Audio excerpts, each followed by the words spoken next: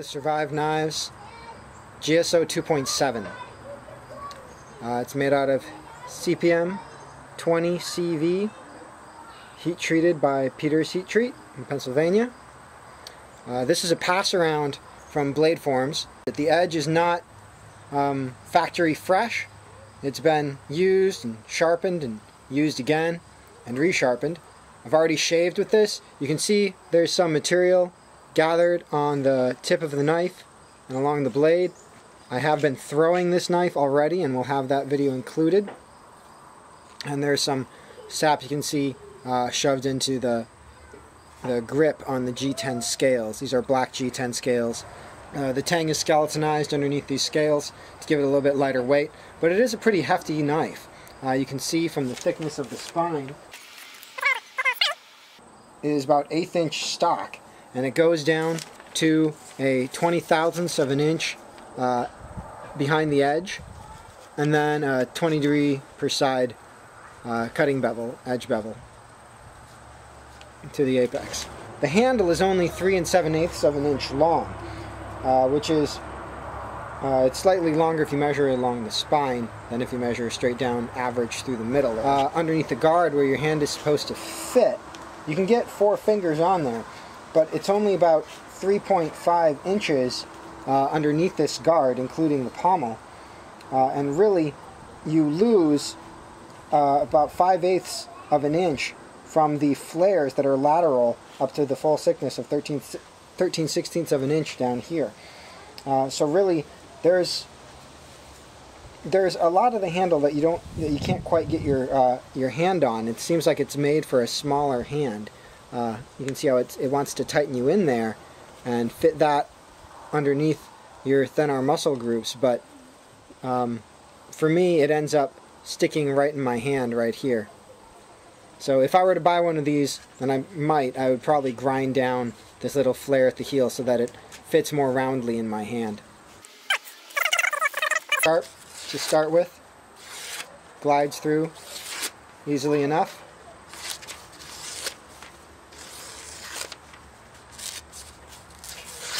So there you go. This is a standard single ply cardboard box.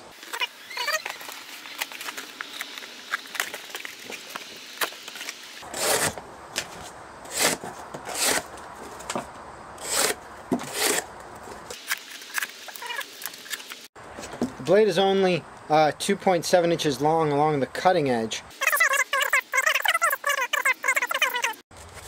but at 20/1000 of an inch thick behind the edge bevel, it goes through this cardboard really, really easily.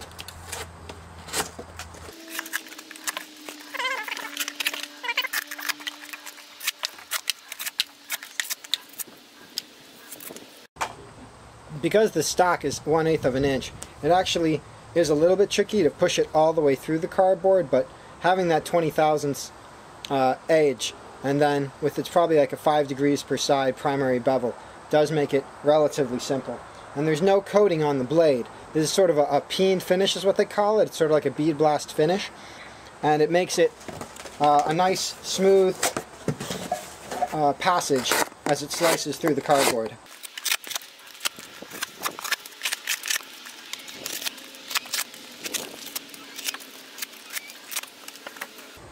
This is a double fluted cardboard. It's 2-ply, so you can see it's actually thicker than the knife itself.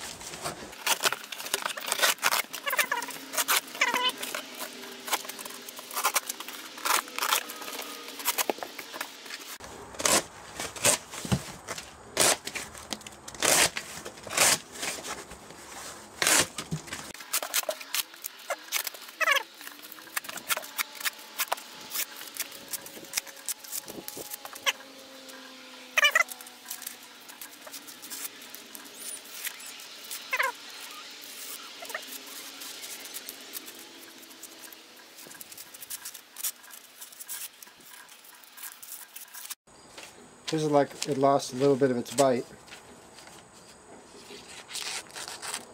It's not push cutting anymore, but it is still slice cutting easily enough.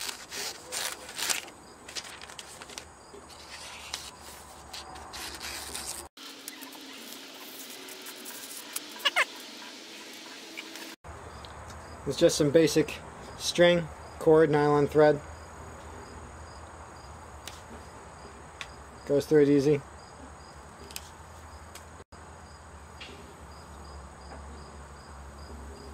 Let's try to get a nice little piece there.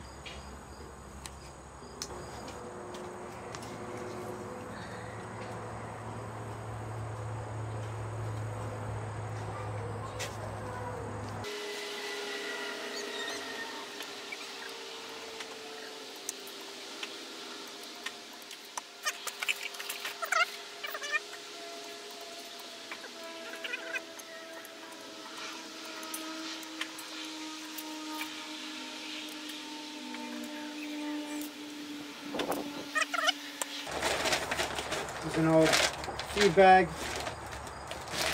This stuff is made out of this weave material. It does not tear, no matter what you try.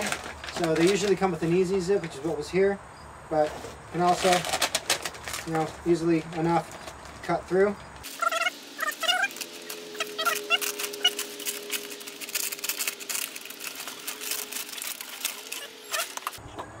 Some really old Beach of Craft rubber garden hose. It's pretty dry, tough to cut through. See, it just works its way around.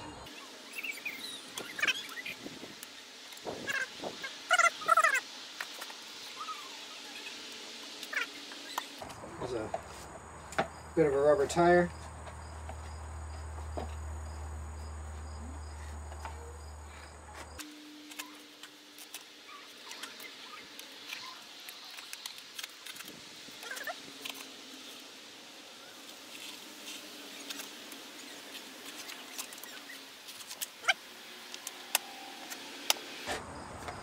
Here's some old crummy carpet with some of the glue and ply still on it.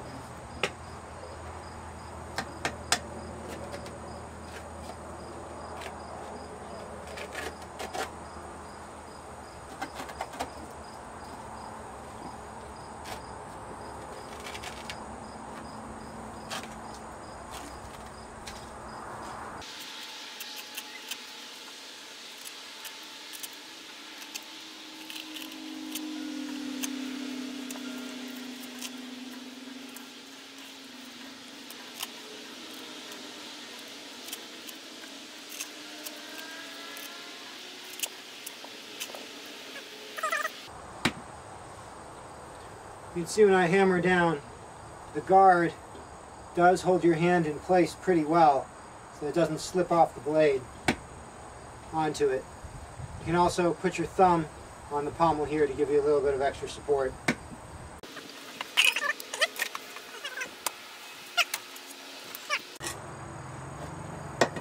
This is some dried pine, untreated, in the hardware store. We use these for holding in place concrete support barriers.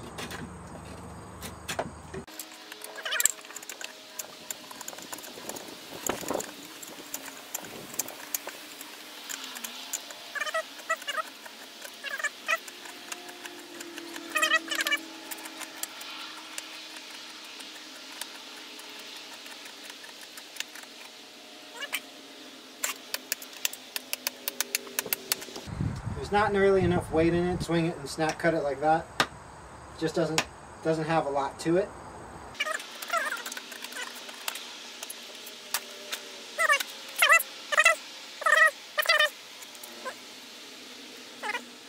There you go. Still pretty shiny and intact.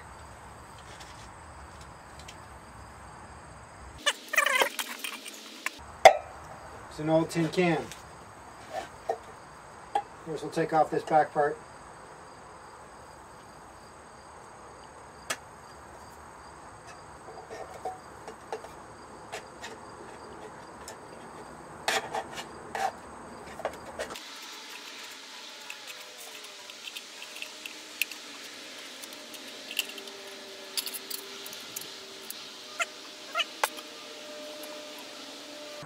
Edge looks none the worse for wear. Let's just Let's go through the side, shall we?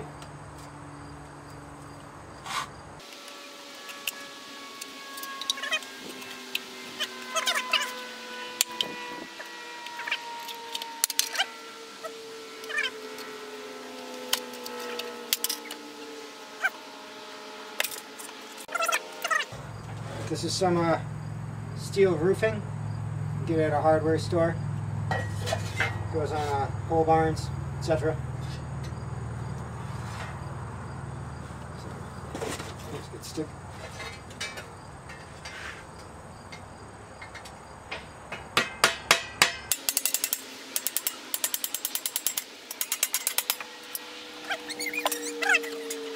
Yeah, that's going to have caused something. Alright. Let's do it one more time so I can give you a good view of what that caused in the edge.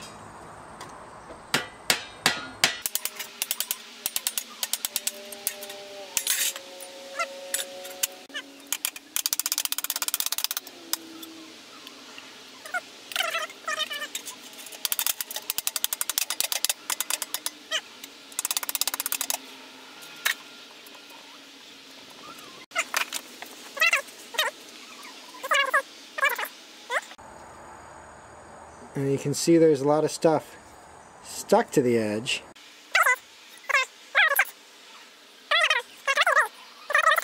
Some of this is metal from the gutter, from the roofing, that got stuck.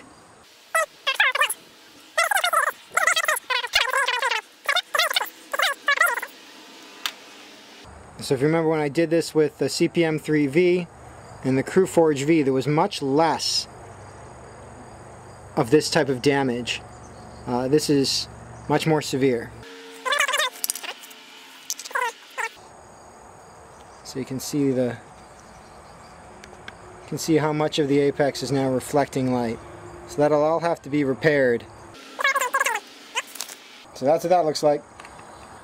Alright, so this is interesting. In trying to restore the edge, I noticed little flecks, maybe you can see it on my thumb, of metal, like this one. That's a little fleck of metal that is stuck to the edge along the length here, where I pounded it through the sheet metal. So it looks like what looked like edge damage in a lot of the places is actually metal left behind from the sheet metal on the apex itself.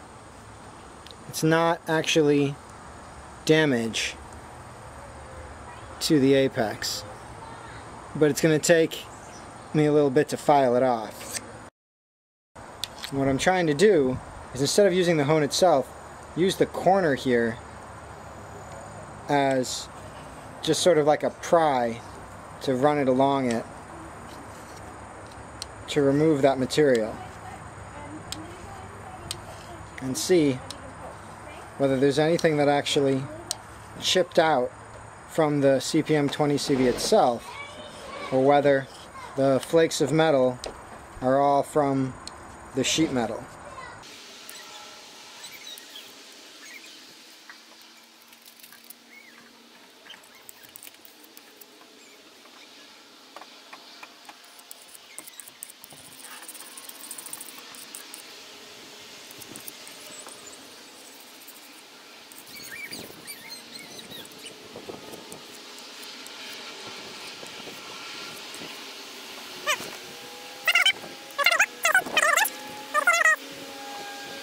Not really any more reflection of light. It looks like the material that had been stuck to the edge that looked like damage may have been mostly bits of the sheet metal itself, just stuck to the edge of the blade and gumming up the apex.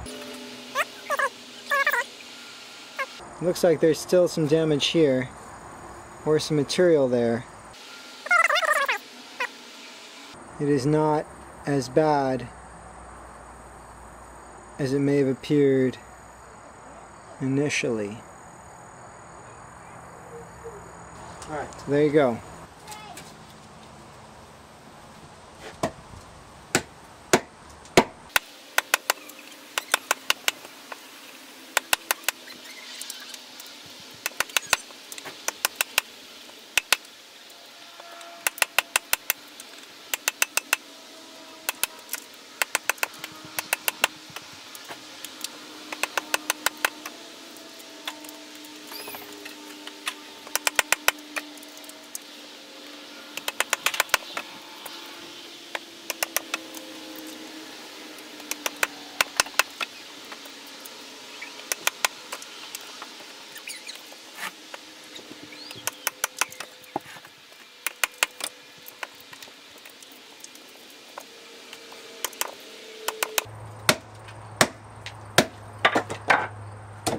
There we go.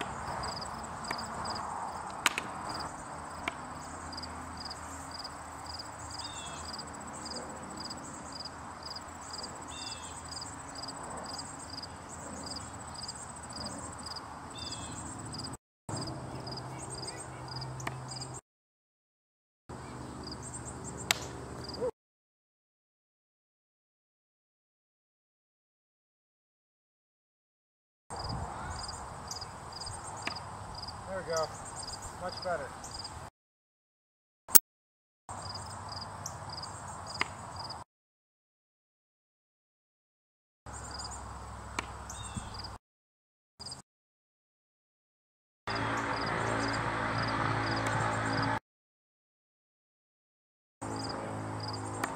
Bam.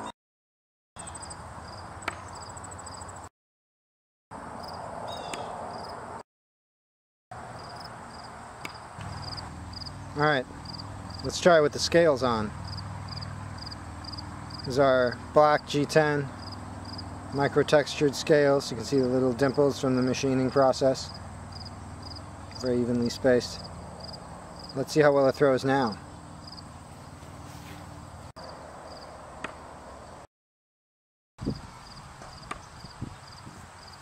Throws better with the scales on. Gives it more weight, I think.